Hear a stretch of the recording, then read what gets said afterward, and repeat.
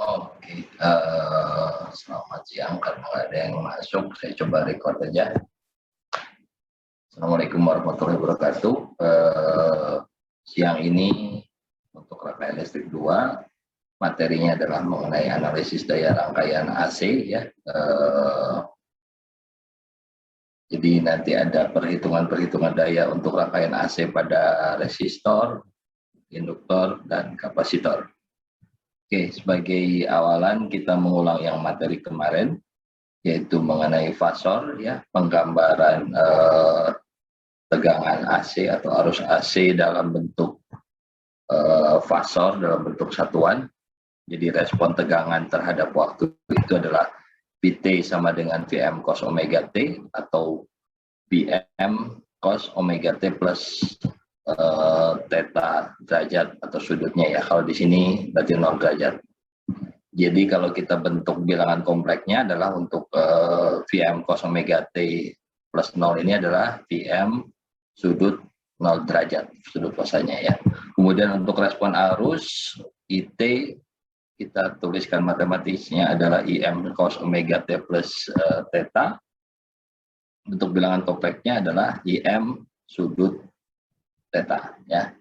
Kemudian ini adalah tabel pembagian atau perbandingan antara time domain waktu terhadap domain frekuensi. Ekspresinya adalah untuk resistor adalah V sama dengan R kali I atau tegangan sama dengan resistansi dikali arus. Begitu juga di domain frekuensi karena resistor itu tidak terpengaruh oleh frekuensi. Kemudian pada induktor itu sama dengan V sama dengan LDI per DT. Jadi kalau pada induktor, tegangan itu dipengaruhi perubahan arus ya. Kalau arusnya berubah, dia akan menghasilkan tegangan pada induktor. Kalau di frekuensi domain, itu digambarkannya secara matematisnya adalah J omega L kali I ya. Jadi ini ada pengaruh atau fungsi frekuensi di J omeganya ya. Kemudian pada kapasitor, tegangan itu akan terjadi kalau ada perubahan arus, tapi berbanding terbalik terhadap kapasitansi ya. Jadi tegangan sama dengan 1/C integral I terhadap dt, perubahan arus terhadap waktu dari interval T0 sampai dengan T tertentu gitu ya. Kemudian kalau dalam bentuk frekuensi domain ya, karena berbanding terbalik dia menjadi 1/J omega C kali I ya. Jadi tegangan pada domain waktu sama dengan domain frekuensi itu bisa disederhanakan di domain frekuensinya. Untuk resistor tetap I sama dengan V sama dengan I kali R. Untuk induktor J omega L kali I. Untuk kapasitor sama dengan 1/J omega kapasitor C kali I ya. Itu pengulangannya. Nah, berikutnya adalah kita coba lihat perhitungan power di YouTube, di link tersebut, link ini ya, nanti tinggal diklik saja, kita coba play saja.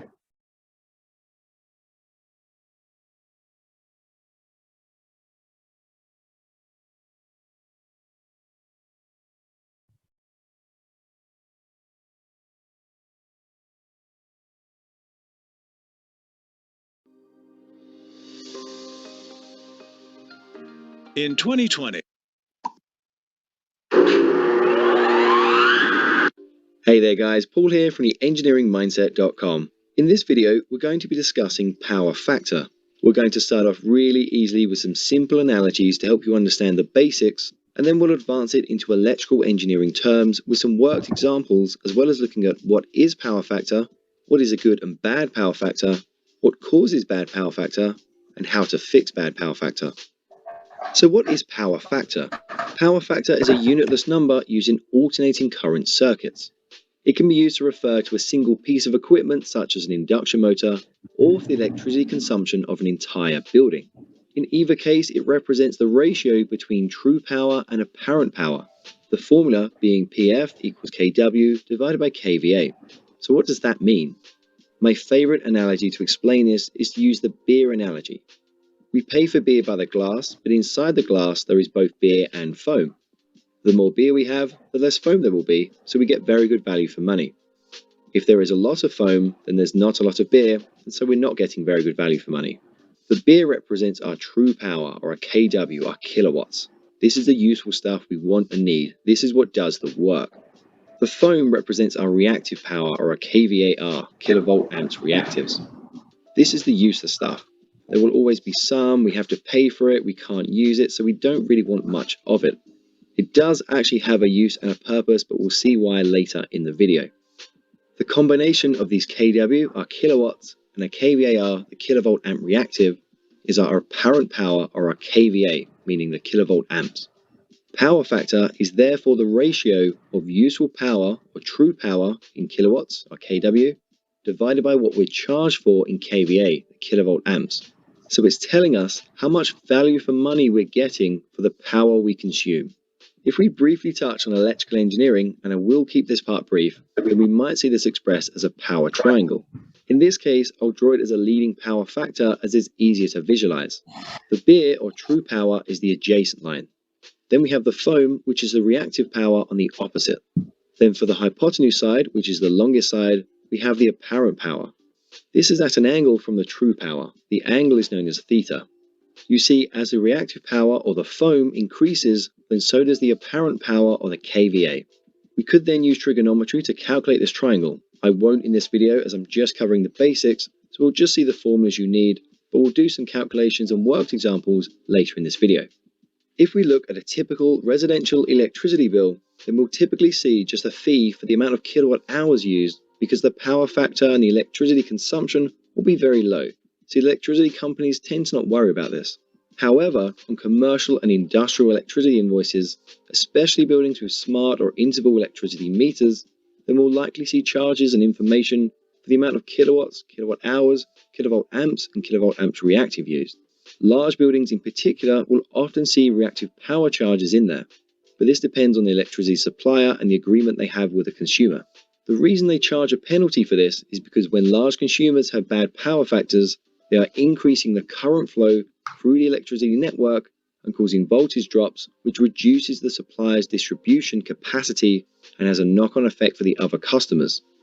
Cables are rated to handle a certain amount of current flowing through them, so if a lot of large consumers connect with bad power factor, then the cables could overload. They could also struggle to meet the demand and the capacity agreements, and then no new customers will be able to connect until they either replace the cables or install additional cables. Reactive power charges occur when the power factor of a building falls below a certain level. This level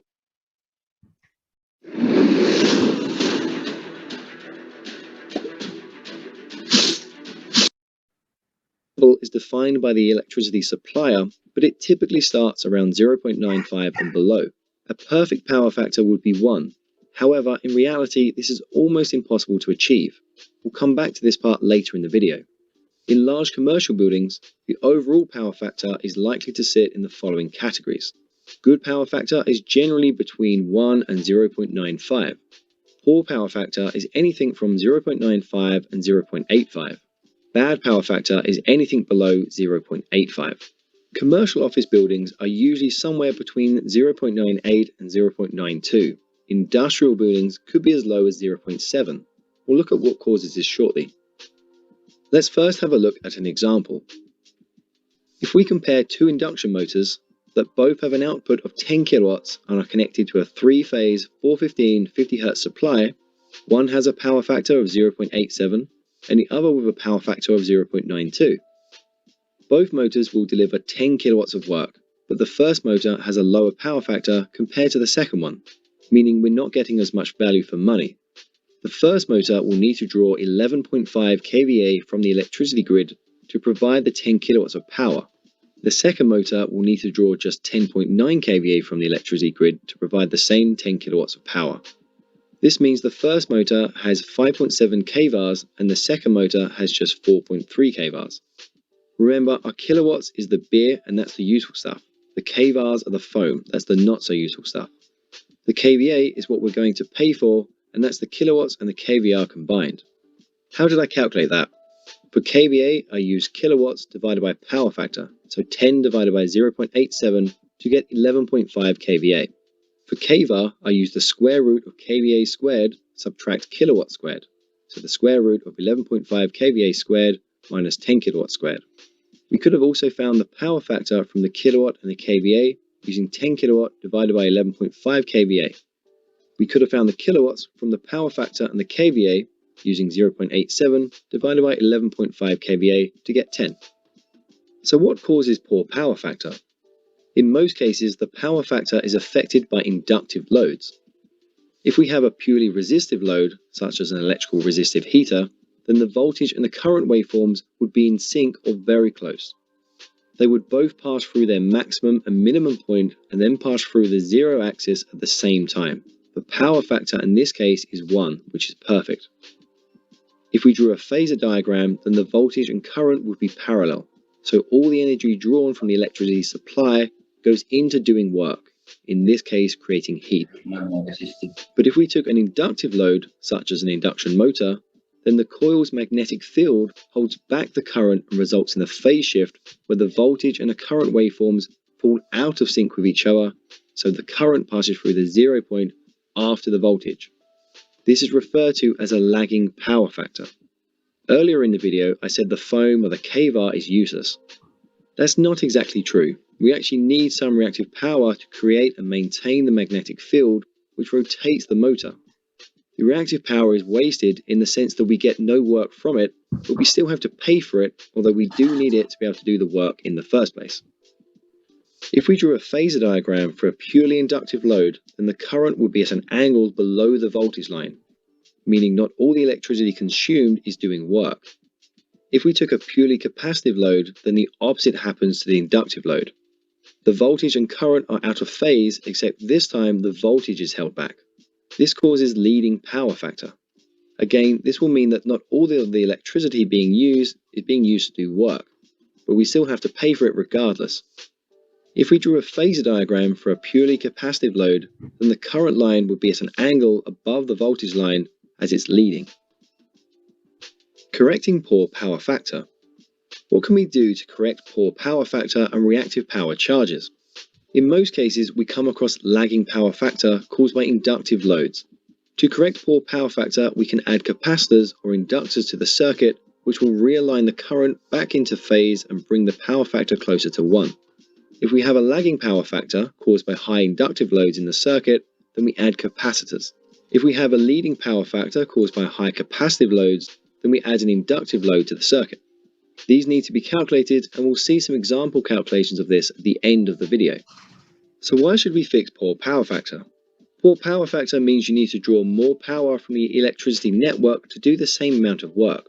Therefore, the cables need to be larger, so the installation is going to cost more money. If the power factor becomes too low, then the electricity supplier might charge you a penalty fee or a reactive power charge. Poor power factor can cause losses in equipment like transformers and leads to high heat gains. It can lead to voltage drops and can even reduce the life expectancy of equipment in extreme scenarios. Capacitor calculations for power factor correction. Let's look at a simplified example of calculating the size of a capacitor to improve the power factor of a load. The building has a 3-phase power supply and has a total load of 50 kilowatts of work. It also has a power factor of 0.78, but we want it to be 0.96 to avoid penalty charges. Currently, the building has a total apparent power, or kVA value, of 64.1 kVA, and we find that by just dividing the kilowatts, 50 kilowatts, by the power factor of 0.78. It also has a reactive power of 40.1 kVAR. We find that by taking the square root of the kVA squared and subtracting it from the kilowatt squared. So take the square root of 64.1 squared minus 50 kilowatt squared. Then we calculate what the value should be if we had a power factor of 0.96. So our apparent power should be 52.1 kVA. We find that from 50 kilowatts divided by 0.96 power factor. Then we find our reactive power, which is the square root of the kVA squared minus the kilowatt squared. So the square root of 52.1 kVA squared minus 50 kilowatt squared, which gives us 14.6 kVAR. The capacitor therefore needs to make up the difference between these. So 40.1 kVAR minus 14.6 kVAR which equals a 25.5 kVAR capacitor. Okay guys, that's it for this video, but if you want to continue your learning, then check out these videos here, and I'll catch you there for the next lesson. Leave your questions in the comment section down below, and don't forget to follow us on Facebook, Instagram, Twitter.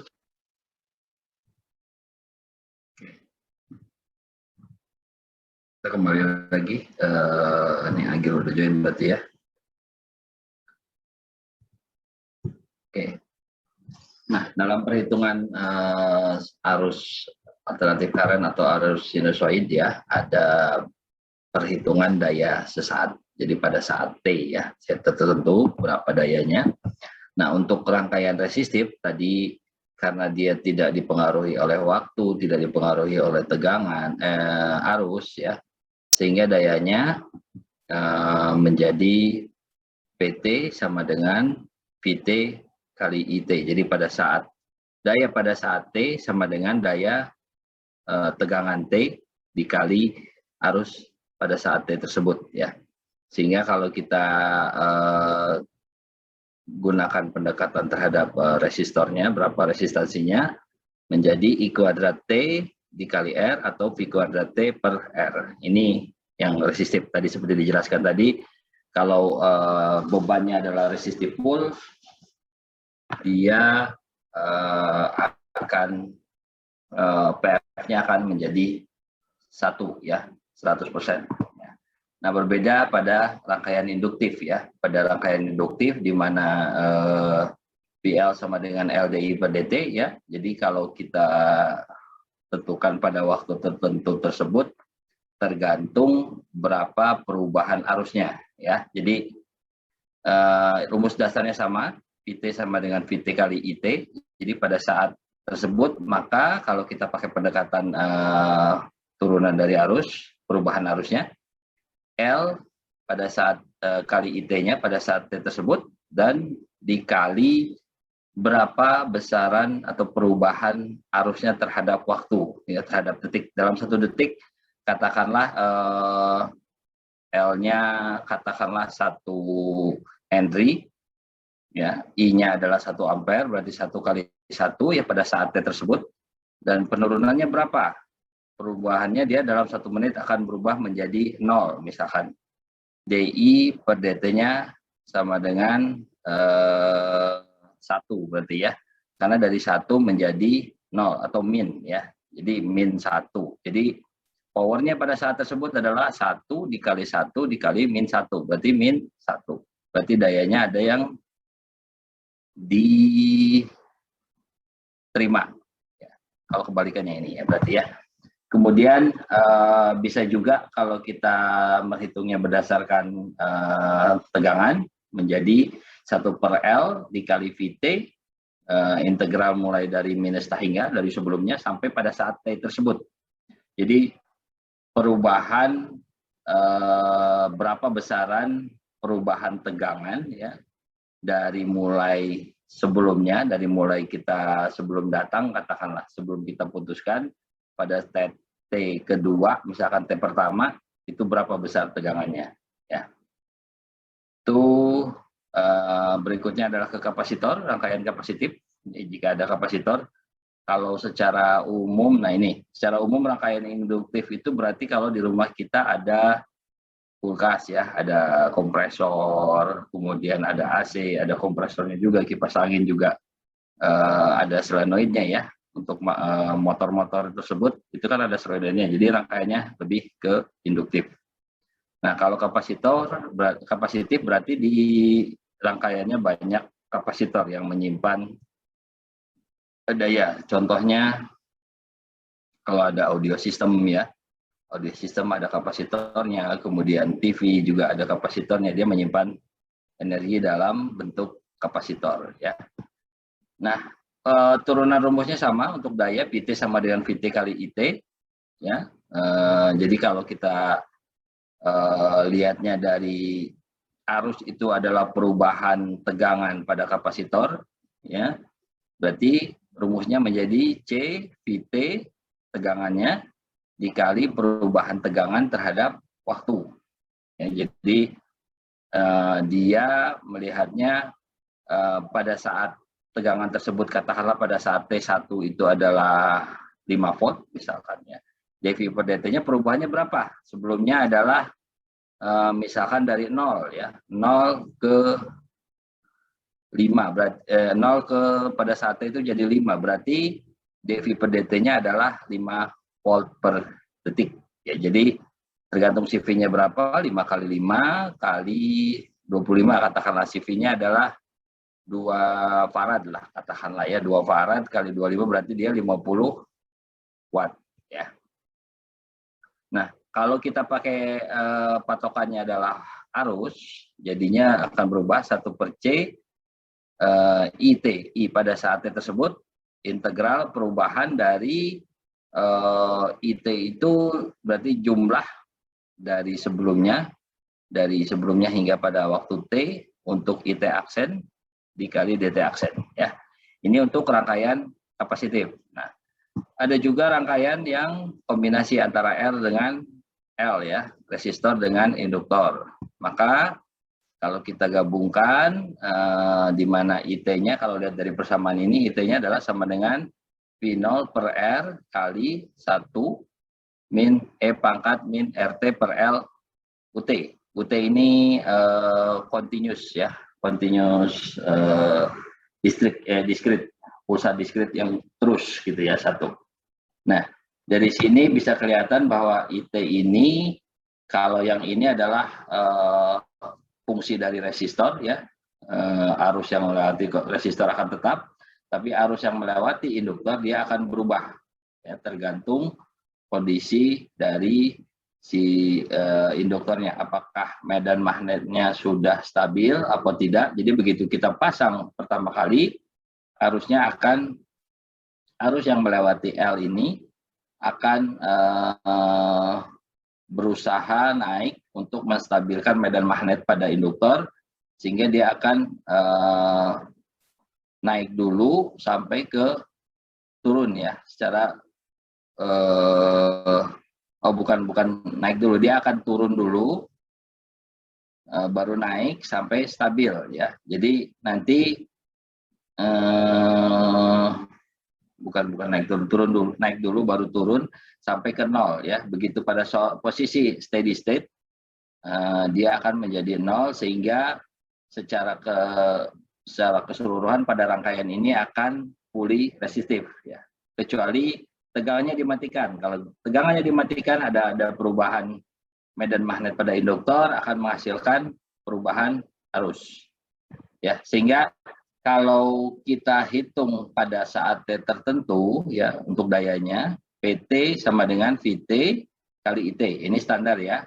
Nah, diturunkan terhadap persamaan ini maka menjadi V0 kuadrat, V-nya dikuadratkan dibagi R 1 min E pangkat min RT per L kali UT ya. Jadi daya yang dikirim atau diserap oleh resistor adalah PR atau PR pada saat T sama dengan I kuadrat T kali R, kita kalikan sama dengan V0 kuadrat per R 1 min RT per L kuadrat UT. Ini daya yang diserap oleh resistor. Nah, kalau digambarkannya seperti ini ya,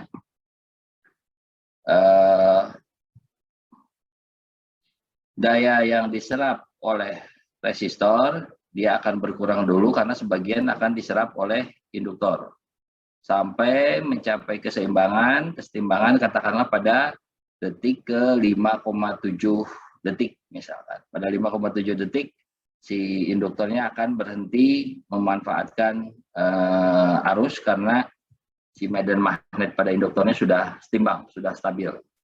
Begitu dia jadi 0, semua daya diserap sama resistor ya. Karena daya arus yang melewati resistor sama arus yang melewati induktor akan berubah tergantung induktornya ya. Nah, di sini tadi sama dengan yang tadi, kemudian sedangkan daya diserap induktor adalah VL perubahan tegangan sama dengan perubahan arus terhadap waktu dikali besarnya induktor ya, sehingga kalau kita masukkan V0 E pangkat min RT per L UT tambah L V0 per R 1 min E min RT per L untuk DUT per DT diperoleh V0 E pangkat min RT per L UT. Nah, karena DU per DT sama dengan 0, untuk T lebih dari besar daripada 0, dan 1 min E min RT per L sama dengan 0 pada saat T, maka daya serap induktor menjadi V0 kuadrat per R, E pangkat min RT per L dikali 1 dikurangi E min RT per L. Jadi kalau digambarkan, daya yang diserap oleh induktor ini akan berbentuk logaritmik ya, berdasarkan E tergantung besarnya R dan tergantung besarnya L. Semakin besar R, semakin cepat. Semakin besar L, dia semakin cepat juga ya. Semakin besar R, dia semakin lambat. Semakin besar L, dia semakin kecil. Tapi sebaliknya, kalau R-nya kecil dan L-nya besar, dia semakin lambat turunnya ya. Nah, kalau kita jumlahkan pada rangkaian R dan L, daya yang disatukan akan kita gambarkan PRT ditambah PLT. Ya, ini penggabungan rangkaian antara resistor dengan induktor.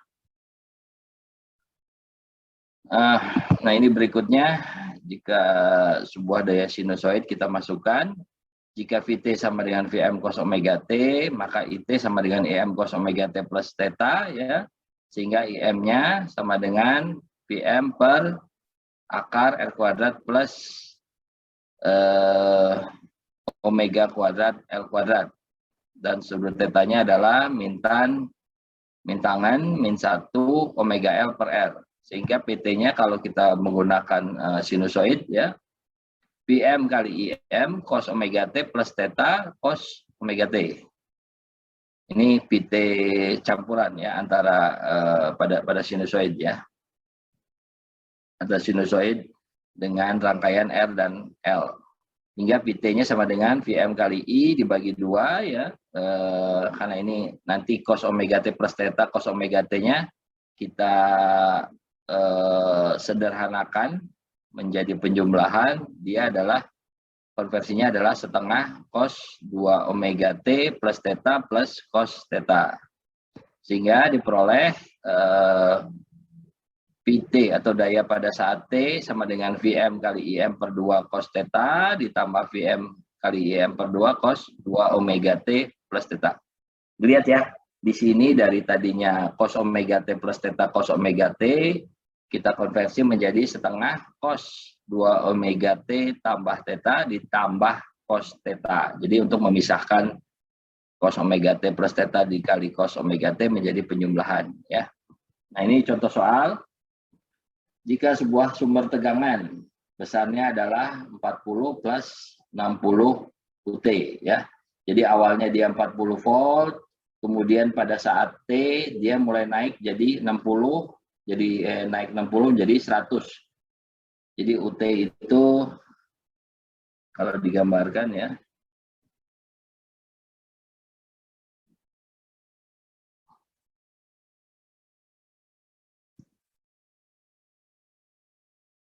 option pen.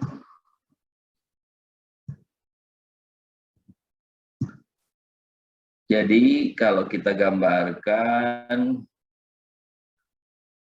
dia akan seperti ini.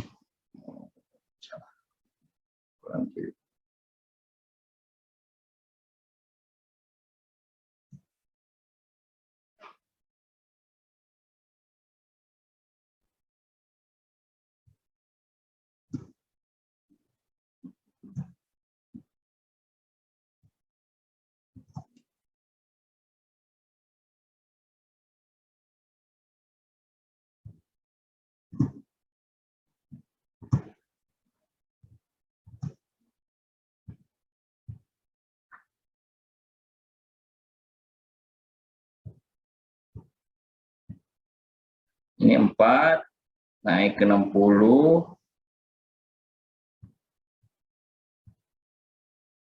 Ini pada saat T. Jadi ini 40.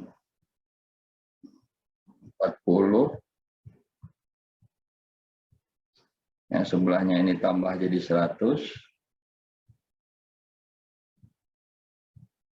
Jadi UT itu adalah pulsa terus-menerus ya. Jadi ini sumber tegangannya dengan kapasitornya adalah 5 mikrofarad dan resistor 200 ohm disusun secara seri seperti tadi. Resistor dan kapasitor, cari daya diserap resistor pada saat T sama dengan 1,2 milisekund. Jadi pada saat T kurang dari 0 tidak ada arus sehingga tegangan kapasitornya adalah 40 yang ini ya. Kalau kita lihat lagi. Nah, pada saat 0 dikurang 0 minus belum ada sehingga tegangannya masih 40. Pada saat lebih dari 0, lebih dari T, tegangannya menjadi 100 karena 40 plus 60 ya.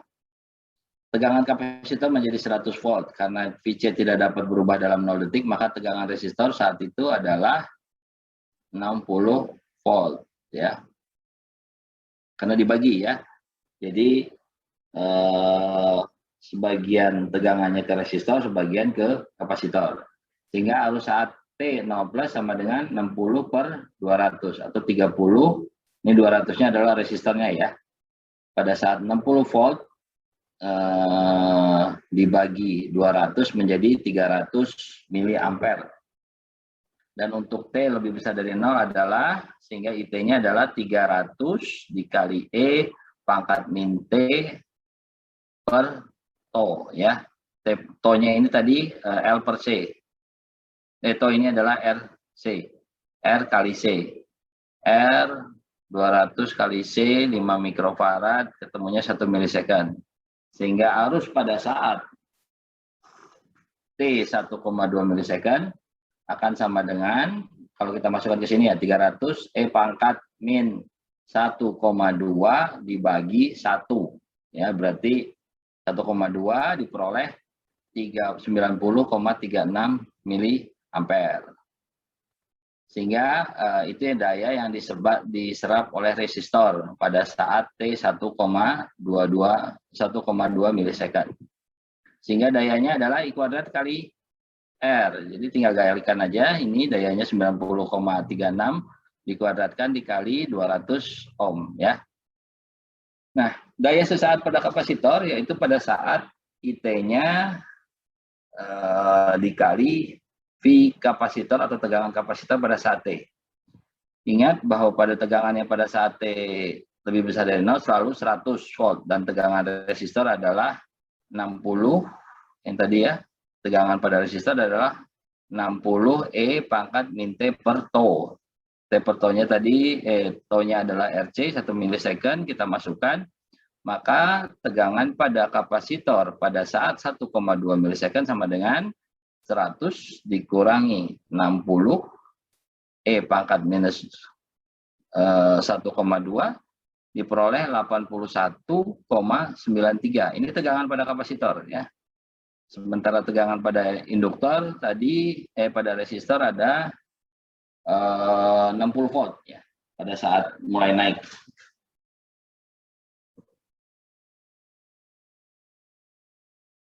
Oke, daya pada kapasitor saat T 1,2 menjadi 90, harusnya sama ya, 90,36 dikali tegangannya 81,93 volt. Dia mendapat 7,403 watt. Ya, kalau digambarkan tadi pada T 1,2 berarti watt di daya di resistor adalah 1,6. Sementara di kapasitor tinggi, dia pasti besar, gitu ya. Kembali ke yang tadi gambar tadi, ya di sini, berarti dia terjadinya pada saat di sini nih. Dia sempat terjadi resistor yang menyerap sedikit, sementara kapasitor menyerap besar. Itu contoh soal. Kemudian ini ada juga daya rata-rata. Jadi karena memang dayanya naik turun ya, kita harus hitung secara rata-rata ya. Jadi daya rata-rata sama dengan daya yang diserap atau dipancarkan pada saat T1 sama dengan T2 gitu ya. Jadi katakanlah ini T1 sampai ke T2, T2-nya katakanlah di TX gitu ya. Dayanya kan ini dijumlahkan, kalau di integral itu kan dijumlahkan, kemudian nanti dibagi berapa satuan waktunya. T2 dikurangi T1 atau TX dikurangi T1. Ini adalah daya rata-rata. Nah, kalau periodenya tetap, jadi daya rata-rata untuk gelombang berperiode tetap, maka P1-nya sama dengan 1 per T. Ini maksudnya periode tetap itu kalau sinusoid ya. Tadi kalau sinusoid ada periodenya, kita hitungnya adalah 1 per T, T1 min T plus T terhadap periodenya terhadap daya jarak tersebut pada dari mulai T1 sampai dengan T. Ini rata-ratanya, dan ketika kita integralkan dari TX ke TX plus T, diperoleh seperti ini ya. Px sama dengan 1 per T, integral TX sampai dengan TX plus T untuk perubahan PT dari D terhadap waktu. Nah, kalau kita deretkan bisa, kalau kita masukkan N berapa periodenya, bisa continuous. Ini juga sama, continuous. Sehingga kalau kita sederhanakan, jika untuk sinyal atau tegangan yang terus-menerus, P sama dengan limit tau sampai dengan tak hingga 1 per T dari min T per 2 sampai dengan T per 2. Ini satu periode ya sebetulnya ya, satu periode sinyal. Itu untuk menghitung daya rata-rata, jadi memang dihitung rata-rata daya pada interval tertentu. Nah, kalau kita hitung berdasarkan sudut seperti ini, jadi daya rata-rata steady state sinusoidnya jadi Vt sama dengan Vm cos omega T plus theta, dan It sama dengan Im cos omega T plus sigma, gitu ya. PT-nya tinggal dikalikan P kali I, PT kali It, Vm Im cos omega T plus theta, sehingga tadi pakai konversi tadi bisa ketemu setengah Vm Im cos theta dikurangi sigma ditambah setengah Vm Im cos 2 omega plus theta plus sigma ya, sehingga diperoleh dayanya adalah Vm Im cos theta min theta ya, theta min sigma. Nah, daya rata-rata ini serap resistor ideal adalah setengah Vm cos theta cos 0 atau sama dengan setengah Vm Im, sehingga P resistornya adalah setengah I kuadrat M kali R, atau P resistornya sama dengan Vm kuadrat per 2R. Ini daya rata-ratanya ya. Daya rata-rata yang diserap oleh elemen reaktif murni tanpa resistor harus 0, karena beda fase antar tegangan dan arus adalah 90 derajat. Nah, berikutnya ini daya rata-rata, maksimum transfer dayanya. Teorema transfer daya maksimum untuk sinusoidal steady state. Sebuah sumber tegangan independen disusun seri dengan impedansi Z Thevenin, ZTH, atau sumber arus independen disusun paralel dengan impedansi ZTH memberikan daya rata-rata maksimum yang impedansi beban ZL yang merupakan konjugat dari ZTH atau ZL sama dengan konjugat Z TH Thevenin ya. Jadi kalau kita buat sebuah rangkaian seperti ini, kita tidak tahu isinya apa. Rangkaiannya misalkan ini adalah rangkaian induktif, sudah kelihatan, sehingga arusnya adalah V inputnya dibagi impedansi TH-nya dan impedansi induktifnya. Kalau kita masukkan ke dalam kompleknya, jadi V Thevenin-nya atau VTH-nya dibagi R TH plus JXTH. Ini dianggapnya ada bilangan kompleks, resistansi kompleknya di sini, ada impedansi. Ini juga sama, RL kali JXL ya. Begitu disederhanakan, diperoleh IL sama dengan VTH 1 per RTH plus RL plus JXTH plus XL induktornya ya. Dan VTH juga bisa dihitung di mana VL ini akan perbandingan atau dengan rumus pembagi arus ya, di mana VL akan sama dengan ZL per ZTH per ZL dikali VTH, V sumbernya ya. Sehingga diperoleh VTH sama dengan RL plus ZXL dibagi RTH plus RL plus Z plus J kurung XTH plus XL ya. Sudut fasanya menjadi VTH sama dengan inverse tangen dari XTH plus XL ya. Ini yang komponen kompleknya dibagi komponen realnya ya. Komponen imajiner dibagi komponen realnya. Nanti ketemu sudutnya. Oke, secara magnitudenya tinggal hitung saja VTH-nya dibagi akar RTH plus RL kuadrat ya, dari yang ini plus XTH plus VL kuadrat. Sehingga secara keseluruhan bisa kita lihat sudut fasanya adalah sudut fasa sumber ditambah inverse tangen XL per RL yang untuk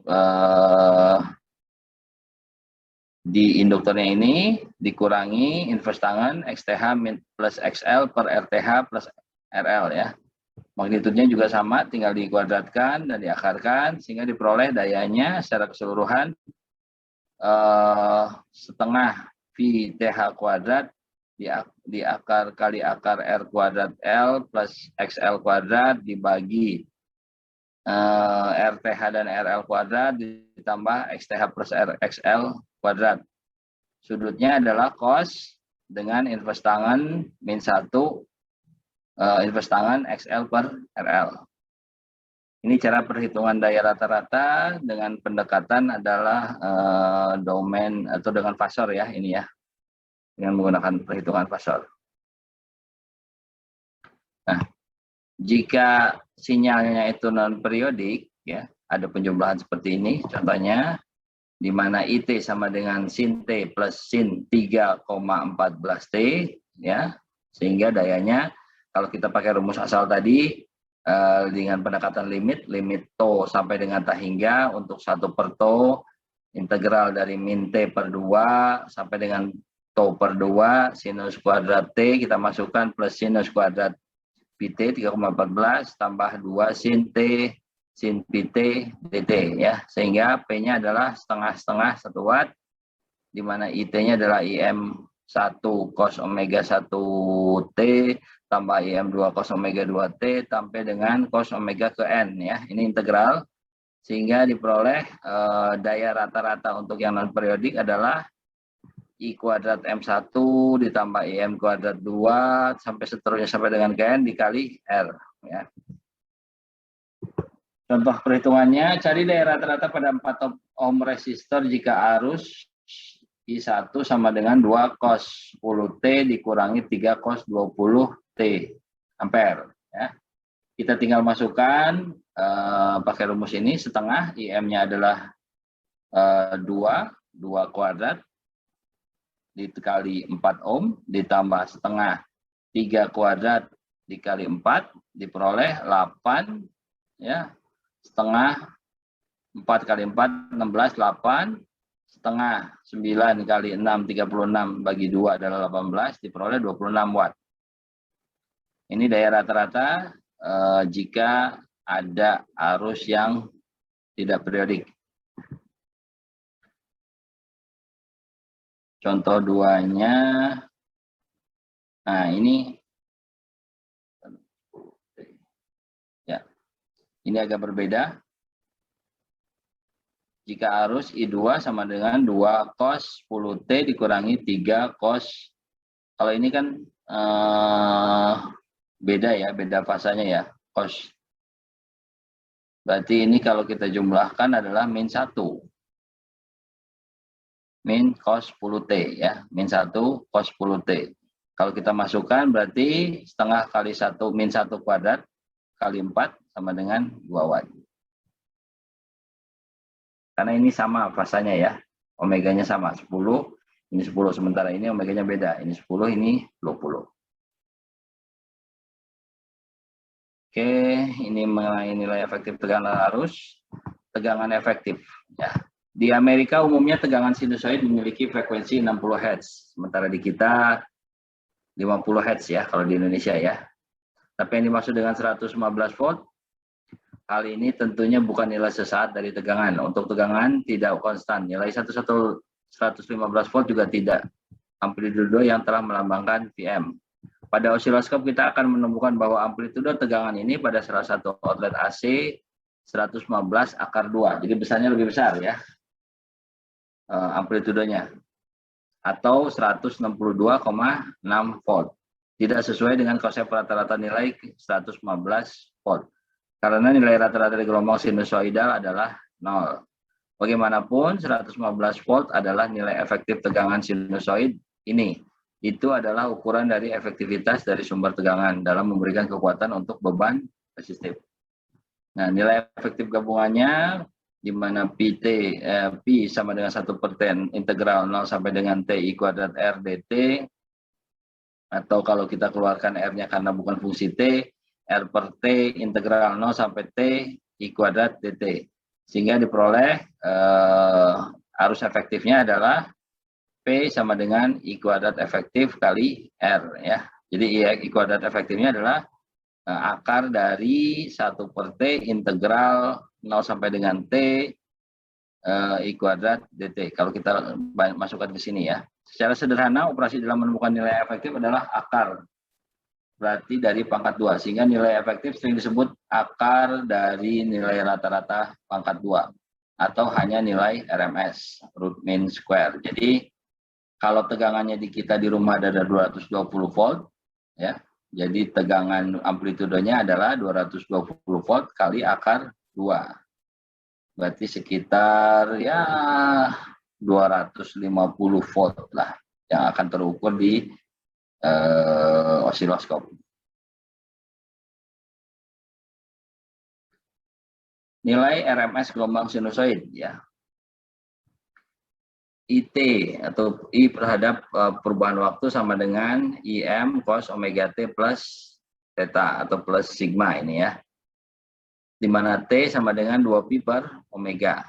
Sehingga I efektifnya kalau kita masukkan 1/T 0 sampai dengan T IM kuadrat cos omega T plus theta plus sigma dt diperoleh I efektif adalah I maksimum dibagi akar 2. Ya tadi ya, seperti di perhitungannya. Pada saat diukur, I efektif ini adalah arus yang diukur pada arus AC jika kita ukur pakai avometer. Sementara kalau IM adalah pada saat diukur menggunakan osiloskop ya. Jadi pada osiloskop nanti IM-nya akan lebih tinggi daripada I efektif atau I yang diukur pada avometer. Perbandingannya adalah 1/2 akar 2. Jadi lebih besar I maksimum dibanding I efektifnya. Menghitung daya rata-rata menggunakan nilai RMS. Kalau RMS tadi ketemu akar 2 berarti P sama dengan setengah IM kuadrat R. Ini yang dasarnya tadi. Di mana I efektif adalah 1/M akar 2, ya per akar 2, sehingga P-nya kalau kita masukkan, P sama dengan I efektif dikali I efektif kuadrat, karena di sini setengahnya diakarkan juga ya. Ini setengah IM kuadrat, kalau kita masukkan jadi 1 per akar 2 IF kuadrat ya. Sehingga diperoleh 1 per akar 2 IM kuadrat.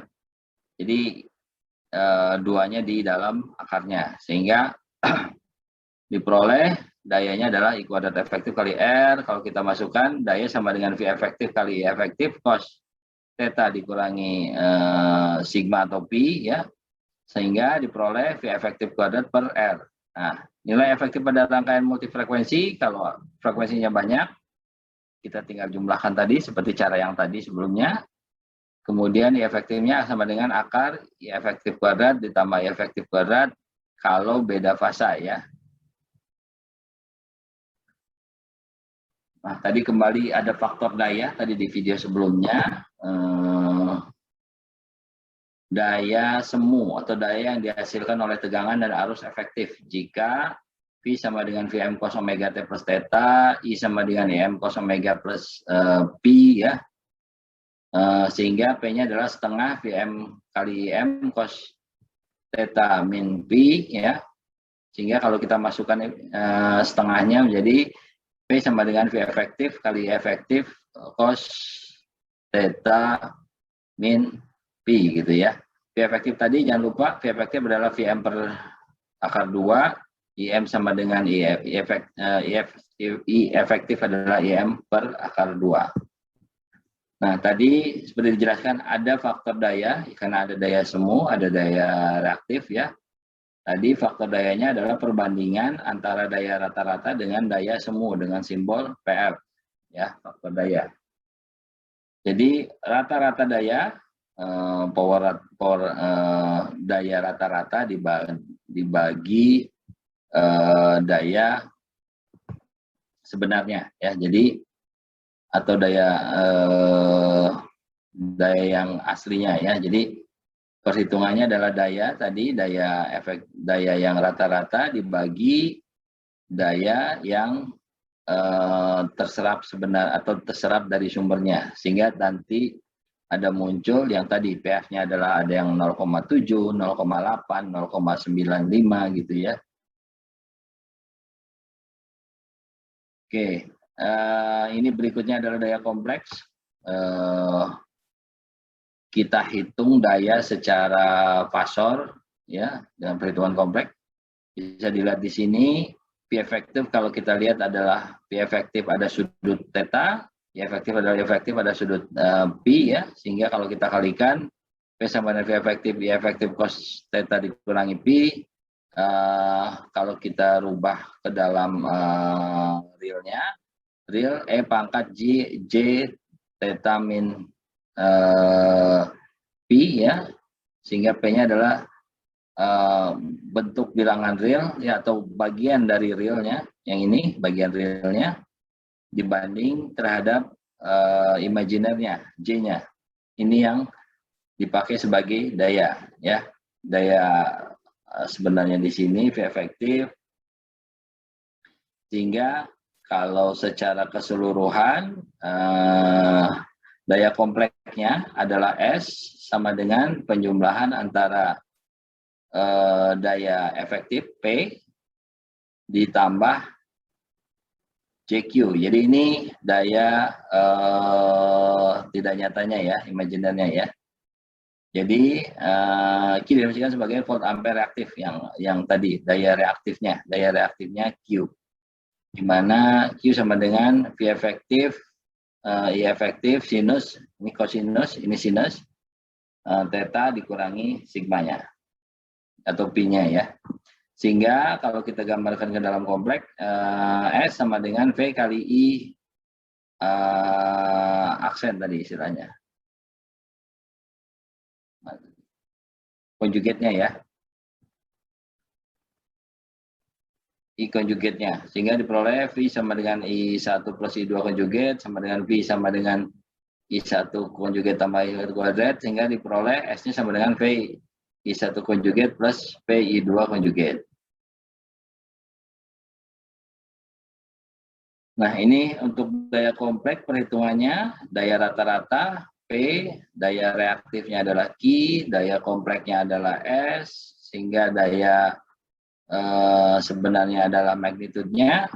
Ini rumusnya, average power adalah V efektif, berdasarkan V efektif yang cos, reactive power adalah terhadap sinus, sementara S sama dengan P kali JQ, ya, diperoleh nanti V efektif ada sudutnya, volt ampere, yang S magnitude ini perkaliannya aja, langsung berapa volt ampere. Kalau digambarkannya seperti ini, dari saya itu aja sih. Ini perhitungan daya pada rangkaian RLC dengan sumber tegangan sinusoid. Oke, Gil, ada pertanyaan, Gil?